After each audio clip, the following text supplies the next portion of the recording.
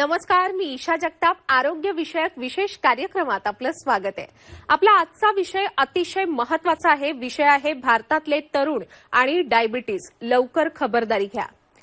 जगभरात आपला भारत देश मोठ्या प्रमाणावर मधुमेहाचा अर्थात डायबिटीजचा सामना करतोय. ICMR इंडिया बी अभ्यास 2023 नुसार 10 कोटींपेक्षा अधिक भारतीय मधुमेहाशी झुंज देत आहेत. तसंच आणखी 14 कोटी लोक या बाबतीत धोक्यात आहेत. गंभीर बाब अशी आहे की अगदी निरोगी दिसणारे लोक सुद्धा आतून अस्वस्थ असू शकतात. 70% जास्त भारतीयांची पचनसंस्था बिघडलेली आहे. त्यांच्या शरीरातली साखर, कोलेस्ट्रॉल, रक्तदाब नियंत्रित नाहीये. पण ही सुद्धा महत्वाची बाब आहे की मधुमेहाचं लवकर निदान होऊ शकतं आणि त्यामुळे सुद्धा केला जाऊ शकतो. नियमित तपासण्या, संतुलित आहार आणि तणावाचं व्यवस्थापन करून आपण सर्वजण अगदी निरोगी दीर्घायुष्य जगू शकतो. आजच्या या कार्यक्रमात मधुमेहावर नेमकी मात करायची कशी याविषयी आपल्याला मार्गदर्शन करणार आहेत वैद्यकीय क्षेत्रातील तज्ज्ञ. सुरुवातीला डॉक्टरांची ओळख करून देते. आपल्याबरोबर उपस्थित आहेत डॉक्टर जेनिश वीरा, ज्यांनी MBBS सी डायबिटॉलॉजीचं प्रशिक्षण मिळवलेलं आहे. ते डायबिटीज अँड ओबेसिटी कन्सल्टंट आहेत. मुंबईच्या भांडूप भागात असलेल्या डायबिटीज अँड ओ क्लिनिकचे ते स्वतः डिरेक्टर आणि ओनर आहेत. तसंच आपल्याबरोबर आहेत डॉक्टर नितीन सुब्राव गाडे. MBBS आणि डी डायबिटॉलॉजीचं प्रशिक्षण त्यांनी घेतलेलं आहे. तसंच MVH WHO diabetes research centre जे चेन्नईमध्ये आहे तिथून त्यांनी FDRC ही फेलोशिप सुद्धा संपादित केलेली आहे. कन्सल्टंट डायबिटॉलॉजिस्ट आहेत ते. सुखवाणी चेंबर्स जे पिंपरी यांचं डॉक्टर गाडेज डायबिटीज केअर क्लिनिक सुद्धा आहे. नमस्कार. तसंच आपल्याबरोबर जोडलेले आहेत डॉक्टर चंद्रशेखर गिल्लुरकर. ते MD मेडिसिन आहेत. डायबिटॉलॉजिस्ट अँड कन्सल्टंट फिजिशियन सुद्धा आहेत. Gillurkar multispeciality hospital and research centre त्यांचं नागपूरमध्ये आहे. नमस्कार. आता आपण अजिबात वेळ न दवडता चर्चेला सुरुवात करूया. सर्व तज्ज्ञ डॉक्टरांचं मी सुरुवातीला मनापासून स्वागत करते. नमस्कार डॉक्टर. सुरुवातीचा प्रश्न डॉक्टर चंद्रशेखर आपल्यासाठी आहे. आपल्या भारतात एक साधारण 25 ते 35 या वयोगटातील जे लोक आहेत त्यांनी विशेषतः मधुमेहाबद्दल काय काळजी घ्यावी? 25 ते 35 ह्या वयोगटातील जे यंग जनरेशन आहे आपल्या भारतातील, यामध्ये काळजी करण्याचं कारण हे आहे डायबिटीजमध्ये की ह्या अर्ली टाईप 2 डायबिटीज ज्याला आपण म्हणतो, हा झपाट्याने आपल्या देशात फार वाढत आहे. आणि याचा काळजी करण्याचं हे आहे की पुष्कळशे रुग्ण टाईप 2 डायबिटीजचे ह्या वयात ज्यांना होते त्यांना फार कॉम्प्लिकेशन्स रेट फार जास्त असतो. कॉम्प्लिकेशन्स कोणचे? तर डायबिटीजचे जे दुष्परिणाम असतात हार्टवर होणारे, cardiovascular diseases, for example early onset myocardial infarction, heart attack, brain attack, hypertensions, त्या व्यतिरिक्त किडनीवर होणारे आजार म्हणजे डायबिटिक नेफ्रोपॅथी किंवा आपण किडनी फेल्युअर म्हणू ते, किडनीच्या नंतर जे पायातील नसा असतात डायबिटिक न्यूरोपॅथी आपण म्हणतो, ज्यामध्ये पायामध्ये जळजळ होणं, मुंग्या येणं, आग होणं, हे असे याच्या कॉम्प्लिकेशन्स असतात. डोळ्यामध्ये सुद्धा आजार होतो. जर लवकरात लवकर डायबिटीज अर्ली एज मध्ये झाला तर त्याला डायबिटिक रेटिनोपॅथी मध्ये पुष्कळदा कॅटरॅक्ट होतात, अर्ली कॅटरॅक्ट, अंधत्व येऊ शकते डोळ्यामध्ये, युरिन इन्फेक्शन्स वारंवार होतात. अशा लोकांना वजन वाढायला वेगवेगळे कॉम्प्लिकेशन्स असतात, इनफर्टिलिटी येतात, सेक्शुअल प्रॉब्लेम्स असतात. तर सांगण्याचा उद्देश की जे डायबिटीजचे जे कॉम्प्लिकेशन्स जे लेट ऑनसेट डायबिटीज मध्ये येते ते या अर्ली ऑनसेट डायबिटीज मध्ये फार झपाट्याने वाढतात. दुसरा एक प्रॉब्लेम त्यांना काळजी करण्याचा हा आहे की ज्यांना अर्ली ऑनसेट डायबिटीज असतो टाईप 2 डायबिटीज, त्यांचा मॉर्टॅलिटी रेट थोडासा म्हणजे लाईफ एक्सपेक्टन्सी रेट इज लेस. अगदीच. डॉक्टर, आपण जी माहिती दिलेली आहे त्यावरून हे लक्षात आलेलंच आहे की डायबिटीज हा केवळ आता वृद्ध लोकांसाठी मर्यादित नाहीये. याविषयी आपण काय सांगाल डॉक्टर जेनिश? हो, तर आता जे डायबिटीस आहे हे फक्त वृद्धांच्या आजार हे आता फक्त आपली गैरसमजपर्यंत राहिलेलं आहे. जसं आपल्याला सगळ्यांना माहित आहे की आता भारत डायबिटीसचं कॅपिटल बनलेलं आहे आणि या वयात आता जास्तीत जास्त आम्ही डायबिटीसचे पेशंट बघतोय ज्यांची एज फार कमी आहे. आमच्या क्लिनिक सुद्धा एव्हरी डे दर दिवशी 30 ते 40 वर्षापैकी लोक ज्यांना newly onset diagnosis of diabetes होते. मुख्यतः कारण की आता लाईफस्टाईल चेंज झालेली आहे. खानपान सांगा, स्ट्रेस सांगा. स्ट्रेस ऑल्सो खूपच मोठा इम्पॉर्टंट फॅक्टर बनलेला आहे. त्यासोबत कमी चालणं वगैरे ज्याने लठपणा होतो, बीपी होतो आणि डायबिटीस सुद्धा दिसतो. आणि असं नाही की त्यांनाच डायबिटीस दिसतो ज्यांची फॅमिली हिस्ट्री आहे. आता आम्ही रोज बघतो आहे की न्यू पेशंट येतात ज्यांची वय कमी आहे आणि त्यांच्या फॅमिलीमध्ये कोणालाही डायबिटीज नाही. आणि ही परिस्थिती फार गंभीर आहे, कारण की कमी वयात डायबिटीज येणं म्हणजे कमी वयातच हृदयरोग, किडनीचे रोग, डोळ्यांचे प्रॉब्लेम, पायांचे जखम न भरणे, पाय कापणे, हे सगळं गोष्टीची साईड इफेक्ट खूप जास्तने वाढणार आहे. डॉक्टर नितीन, मधुमेहाची कोणती लक्षणं आपण लक्षणं अशी दिसतात की सुरुवातीला आपल्याला थकवा जाणवणं, पुढे जाऊन संध्याकाळी लघवीचं प्रमाण वाढणं, ओके, तहान लागणं, हे सगळे प्रकार सुरुवातीला येतात. आणि खूप जास्त शुगर वाढल्यानंतर मग मधुमेहाचं वजन कमी व्हायला लागतं. तर अशा वेळेला ह्या गोष्टी बऱ्याच वेळेला आपल्याला लक्षणासाठी दिसतात. तरुण वयामध्ये लिंगाच्या भोवती आपण त्याला म्हणतो की बॅलेनायटिस, म्हणजे थोडेसे क्रॅक्स येतात, ड्राय स्किन होते मूत्राशयाच्या भोवती. स्त्रियांमध्ये पण हा प्रॉब्लेम येतो. आणि लहान वयामध्ये VC ते C मध्ये जो डायबिटीस समजतो, बऱ्याच वेळा ह्या लक्षणानुसारच समजतो. पण बऱ्याच वेळा असं होतं की 80% लोकांपर्यंत ह्या मधुमेहाच्या समस्या ज्या आहेत त्या येईपर्यंत समजत नाहीये. म्हणजे काही जणांना बऱ्याच वेळा असं होतं की आपल्याला जेव्हा जखम होते आणि बरी होत नाही तेव्हा मग आपण शुगर बघतो आणि तेव्हा कळतं की डायबिटीस झालाय. म्हणजे डायबिटीस हा बऱ्याच वेळा कॉम्प्लिकेशन सुद्धा समजतो.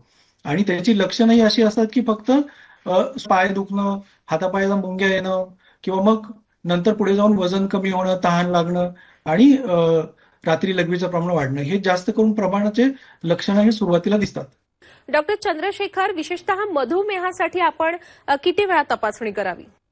बघा, मी माझ्या श्रोत्यांना सांगू इच्छितो की ज्या इंडियन गाईडलाईन्स आहेत, म्हणजे जे इंडियन ICMR आहे किंवा RSSB आहे, त्यांच्या ज्या गाईडलाईन्स निघाल्या 2025 त्यांच्यानुसार वयाच्या 25व्या वर्षापासून जेव्हा आपण स्वतःला नॉर्मल समजतो त्यावेळेला पूर्ण होल बॉडी चेकअप करून घ्यायला पाहिजे. आणि मेनली डायबिटीज साठी HbA1c आणि फास्टिंग ब्लड ग्लुकोज किंवा ओरल ग्लुकोज टॉलरन्स टेस्ट हे करून घ्यायला. ही जर टेस्ट नॉर्मल असेल तर दर 3 वर्षांनी त्यांनी आपल्या ह्या टेस्टिंग परत करायला पाहिजे. पण समजा याला रुग्णाला किंवा त्या प्रतिकृत असेल किंवा त्याचं ओव्हरवेट असेल किंवा त्याला ब्लड प्रेशर असेल किंवा लिपिड्स वाढलेले असेल किंवा त्यांच्या फॅमिलीमध्ये हिस्ट्री असेल की फर्स्ट जनरेशन मध्ये आई वडिलांना, भावा बहिणीला कोणाला डायबिटीज असेल, तर यांना आपण म्हणतो की यांना हे हाय रिस्क पेशंट असतात डायबिटीससाठी, टाईप 2. तर यांनी 25 नंतर वर्षातून एकदा तरी ब्लड ग्लुकोज चेक करायला पाहिजे, HbA1c चेक करायला पाहिजे किंवा त्याच्या टेस्ट करायला पाहिजे. आणि एकदा निदान झालं किंवा मग समजा प्री डायबिटीज निघालं. प्री डायबिटीज आपण केव्हा म्हणू की जेव्हा HbA1c 5.7 to 6.4 असं असते त्यावेळेला आपण प्री डायबिटीज म्हणतो. आणि HbA1c ही 6.5 अँड अबोव्ह त्याला डायबिटीज म्हणतो. तर प्री डायबिटीज जर त्याला निघालं तर त्यांनी वर्षातून एकदा ह्या पूर्ण टेस्ट करायला पाहिजे, बाकीच्या कम्प्लीट चेकअप करायला पाहिजे. आणि HbA1c जे असते ते HbA1c वर्षातून 2दा करायला पाहिजे, म्हणजे दर 6 महिन्यातून एकदा तरी त्यांनी ह्या टेस्ट करून घ्यायला पाहिजे. आणि समजा डायबिटीस डिटेक्ट झाला तर HbA1c दर 3 महिन्यातून चेक करायला पाहिजे. पण त्याच्यामध्ये अजून एक त्यांनी ऍडवाइस दिला की ह्या सर्वांना हे तर डायबिटीस चेक करतोच, पण पुढचे अजून काही कॉम्प्लिकेशन्स बॉडीमध्ये आलेले आहे का, डोळ्यांवर काही झालेलं आहे का, किडनीमध्ये काही प्रॉब्लेम आहे का, हार्टवर, त्या हार्टच्या तपासण्या, किडनीच्या तपासण्या, डोळ्याच्या, पायाच्या, न्यूरोपॅथीच्या टेस्ट, ह्या सर्व किंवा होल बॉडी चेकअप आपण म्हणू, ज्यांना निदान झालेलं असते टाईप 2 डायबिटीस त्यांनी वर्षातून एकदा करायच्या. आणि HbA1c 3 महिन्यातून एकदा करायचा. गेस्टेशनल डायबिटीज जेव्हा डिटेक्ट करायचं असेल जे प्रेग्नन्सी काळामध्ये, तर त्यावेळेला प्रेग्नन्सी पिरियडच्या 24वा ते 28वा हा जो आठवडा असतो त्या पिरियडमध्ये blood glucose, oral glucose tolerance test, HbA1c ह्या टेस्ट त्यांनी त्या पिरियडमध्ये करायला पाहिजे. आणि गेस्टेशनल डायबिटीज ज्याला आपण म्हणू त्यांनी जे प्रेग्नन्सी डिलिव्हरी झाल्यानंतर वर्षातून एकदा टेस्ट करून घ्यायला. पण याच्यामध्ये पण हे गाईडलाईन्स आहे, पण डॉक्टरांच्या सल्ल्यानुसार, पेशंटच्या रिक्वायरमेंट नुसार सुद्धा त्याची गरज बदलू शकते. पण जर असं झालं डॉक्टर की कोणी मधुमेहाबाबत तपासणीच केली नाही तर मग कोणते धोके असतात पुढे? डॉक्टर नितीन. आता आपण अगोदर डॉक्टरांनी सांगितलेलंच आहे की ह्या तपासण्या सगळ्या केल्या पाहिजेत. तपासण्या जर नाही केल्या आणि आपण जर डायबिटीसला वेळेत डायग्नोज नाही केलं तर त्याचे कॉम्प्लिकेशन्स आपल्याला येतात. आता डायबिटीस हे कॉम्प्लिकेशन जर साध्या भाषेत समजायचे म्हटले तर डायबिटीस काय करतो, आपल्या ज्या रक्तवाहिन्या आहेत सगळ्या त्या रक्तवाहिन्यांना आतून जखमा करायला लागतो. ह्याला आम्ही आमच्या भाषेमध्ये एंडोथिलियल डिस्फंक्शन म्हणतो. म्हणजे ते आतल्या लाइनिंग जे आहेत सगळ्या आपल्या रक्तवाहिनीच्या त्याला तो खराब करायला लागतो आणि त्या जखमा झालेल्या कोलेस्ट्रॉलनं भरायला लागतात. त्या रक्तवाहिन्या जर जखमा होऊन जर कोलेस्ट्रॉलनं भरायला लागल्या तर आपल्याला पूर्ण शरीराला रक्त पुरवठा कमी व्हायला लागतो.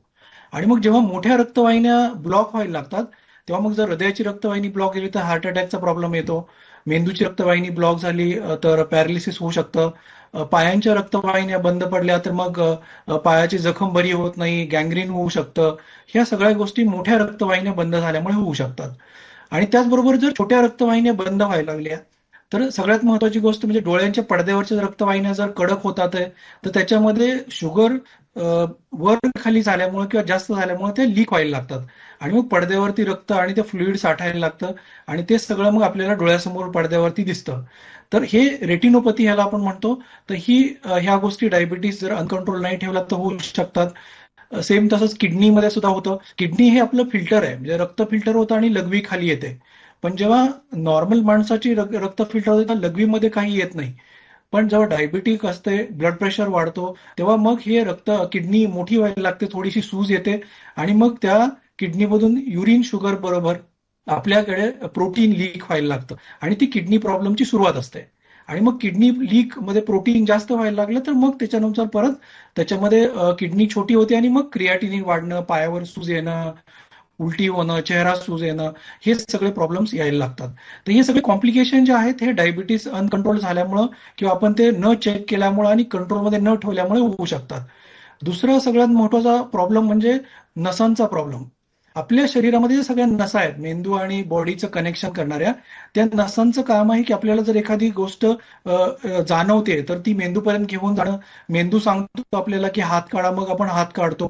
तर हे सगळे जे सेन्सेशन आहेत, ही जाणीव आहे, ही डायबिटीसमध्ये कमी व्हायला लागते.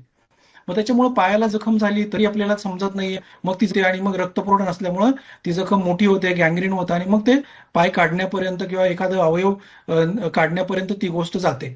मग हे सगळे कॉम्प्लिकेशन जे आहेत हे फक्त अनकंट्रोल शुगर किंवा तुम्ही वेळेत चेक न केल्यामुळे होऊ शकतात. तणावाचा विशेषतः मधुमेहावर कसा परिणाम होतो डॉक्टर चंद्रशेखर? ताणतणावामुळे डायबिटीस प्रमाण वाढू शकते, डायबिटीस होऊ शकते. पण हा ताणतणाव जर खूप जास्त दिवसांचा असला, क्रॉनिक स्ट्रेस असली तर. क्रॉनिक स्ट्रेसमध्ये काय होते ताणतणावामध्ये की बॉडीचे जे स्ट्रेस हार्मोन असतात, ॲड्रेनालिन आणि कॉर्टिसॉल, हे आपल्या ब्रेन मधनं आणि ॲड्रेनल ग्लँड्स मधनं रिलीज होतात. हे स्ट्रेस हार्मोन काय करतात की कॉर्टिसॉल आणि ॲड्रेनालिन की बॉडीची जी थ्रेट असते स्ट्रेसमुळे होणारी ती प्रिव्हेंट करायसाठी आपल्या शरीरातनं ग्लुकोज प्रोडक्शन वाढवतात. आणि जेव्हा जास्त दिवस स्ट्रेस असली तर हे परसिस्टंटली ग्लुकोज प्रोडक्शन वाढण्याची प्रक्रिया सुरू असते आणि त्यामुळे जास्त दिवस पर्यंत ग्लुकोज लेवल वाढली की डायबिटीज होऊ शकतो. दुसरं काय होतं, याला आपण म्हणू हार्मोनल डिसरेग्युलेशन.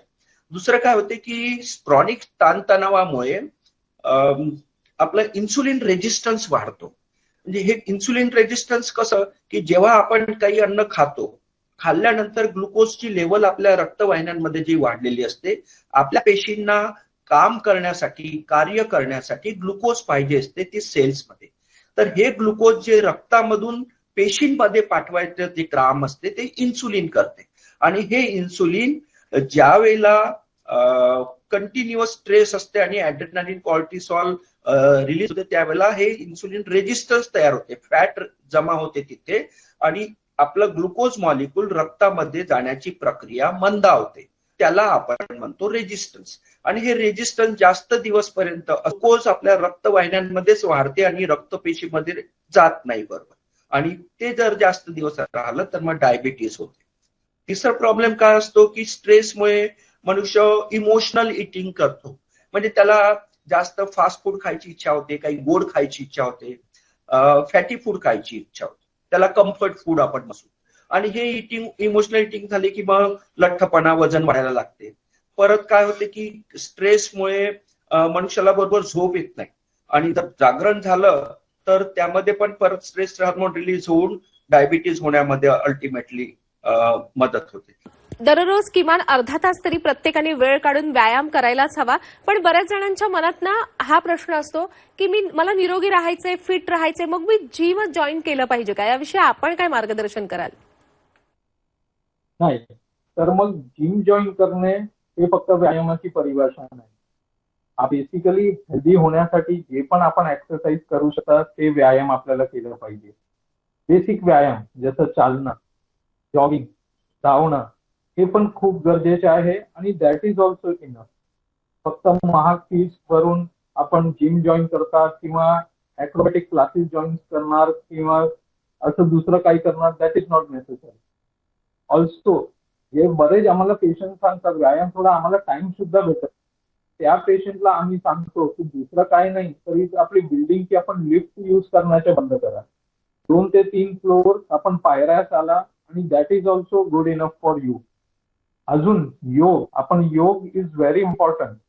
आपल्या साहित्यामध्ये पण त्याचे बेनिफिट सांगितलेले आहे, आणि ते पण आपलं ब्लड ग्लुकोज रेग्युलेशन करण्यामध्ये आपल्याला मदत करते.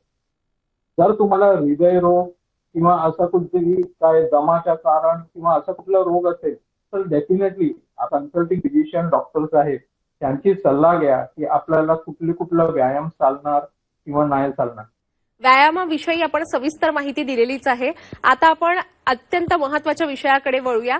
डॉक्टर नितीन, आपल्या खाण्यापिण्याच्या कोणत्या अशा सवयी असतात ज्यामुळे आपला मधुमेहाचा धोका वाढू शकतो?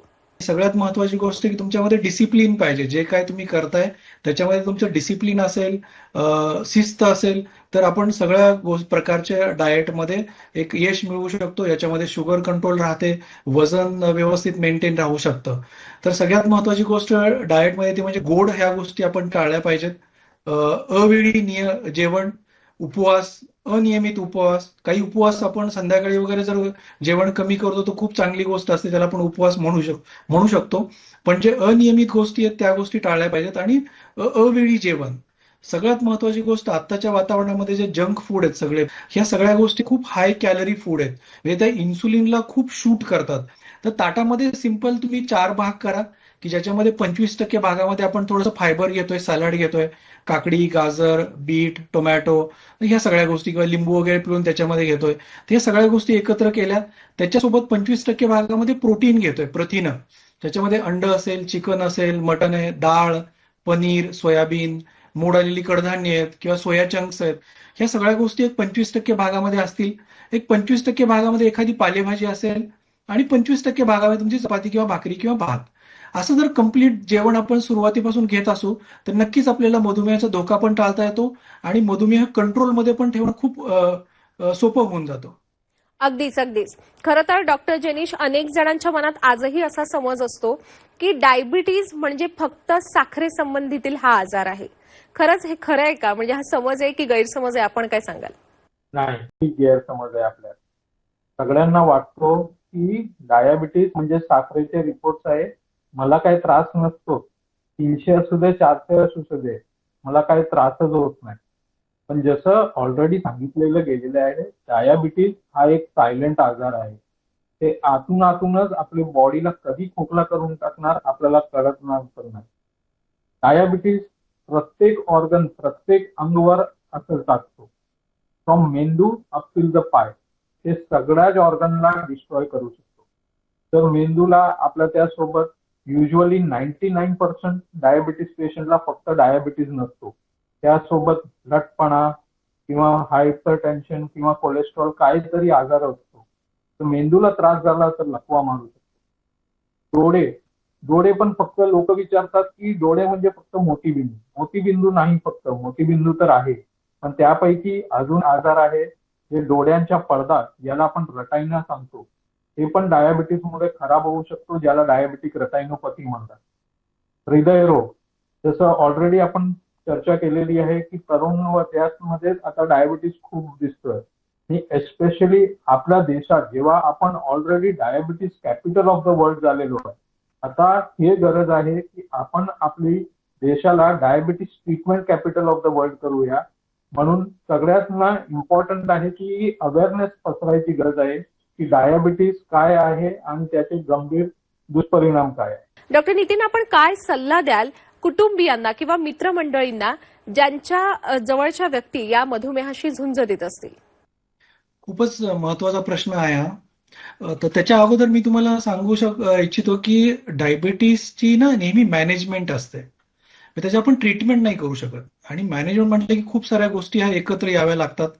तसं डाएट आहे, एक्सरसाइज आहे, स्ट्रेस आहे, झोप आहे, काही सवयी आहेत. आणि ह्या प्रत्येक लाईफस्टाईल मॉडिफिकेशनच्या मॅनेजमेंटच्या गोष्टीमध्ये फॅमिली ही खूप इम्पॉर्टंट असते, फ्रेंड्स खूप इम्पॉर्टंट असतात. ओके, जसं आपण बघतो की डाएटमध्ये, आता डाएट अजूनही आपल्या घरामध्ये स्त्रिया जेवण बनवतात, तर त्यांच्या हातामध्ये बऱ्याचशा गोष्टी असतात की आपण कसं जेवण बनवायला पाहिजे, काय दिलं पाहिजे खायला. अजूनही आपण बघतो की आपल्या घरामध्ये जे आपण जेवण मोजतो, आई मुलाचं असेल किंवा पतीचं असेल, जेवण कशावर मोजतं की आपण किती भाकरी खातो, किती चपाती खातो, आज 1 खाल्ली, आज 2 खाल्ली, 3 खाल्ले, ह्याच्यावरच बऱ्यापैकी आपण जेवण मोजतो. त्यामुळे जेवण मोजणं हे त्या चपाती भाकरीवरती नाही पाहिजे की तुम्ही ताटामध्ये अजून बऱ्याचशा गोष्टी काय काय देताय त्यांना, हे खूप महत्वाचा पार्ट आहे. आणि हे घरामध्ये फॅमिलीमध्ये अवलंबून असतं की तुम्ही भाजीपाला कसा खाताय, तुम्ही सॅलड किती खाताय, तुमच्या घरामध्ये प्रोटीन किती येत आहे, ह्या सगळ्या गोष्टी डाएटमध्ये खूप इम्पॉर्टंट असतात आणि ह्या बऱ्याचशा अवलंबून असतात. दुसरी गोष्ट एक्सरसाइज आहे, त्याला एक बऱ्याचशा गोष्टी म्हणजे मोटिवेशन, आपण म्हणतो एकाला 2 बले, म्हणजे 2 जण मिळून जर एक्सरसाइज करायला गेलं तर अजून चांगली एक्सरसाइज, अजून जास्त वेळ आपण एक्सरसाइज करू शकतो. सगळ्यात महत्वाचा पार्ट डायबिटीस मॅनेजमेंटमध्ये फॅमिलीची जी भूमिका असते ती म्हणजे स्ट्रेस मॅनेजमेंटमध्ये. घरामध्ये वातावरण कसं राहतंय, किती शांतता आहे, किती स्ट्रेसफुल वातावरण आहे, खूप सारे प्रॉब्लेम्स आहेत, म्हणजे फॅमिली प्रॉब्लेम असतील किंवा बाहेरचे प्रॉब्लेम असतील, तर ही फॅमिली एकत्र येऊन कशी हँडल करते, ह्या सगळ्या गोष्टींचा परिणाम ह्या डायबिटीसवरती, त्याच्या मॅनेजमेंटवरती आणि त्याच्या कॉम्प्लिकेशनवरती होत असतो. आपण या चर्चेत सहभागी झालात याबद्दल आपले मनापासून आभार. प्रेक्षक हो, डायबिटीज हे भारतातील आरोग्यासंदर्भातील सर्वात मोठ्या आव्हानांपैकी एक आव्हान आहे. त्यावर मात करण्यासाठी जागरूकता, लवकर कृती आणि निरोगी सवयींसह आपण स्वतःचं आणि कुटुंबाचं नक्कीच रक्षण करू शकतो. आता वेळ झालेली आहे इथेच थांबण्याची. धन्यवाद.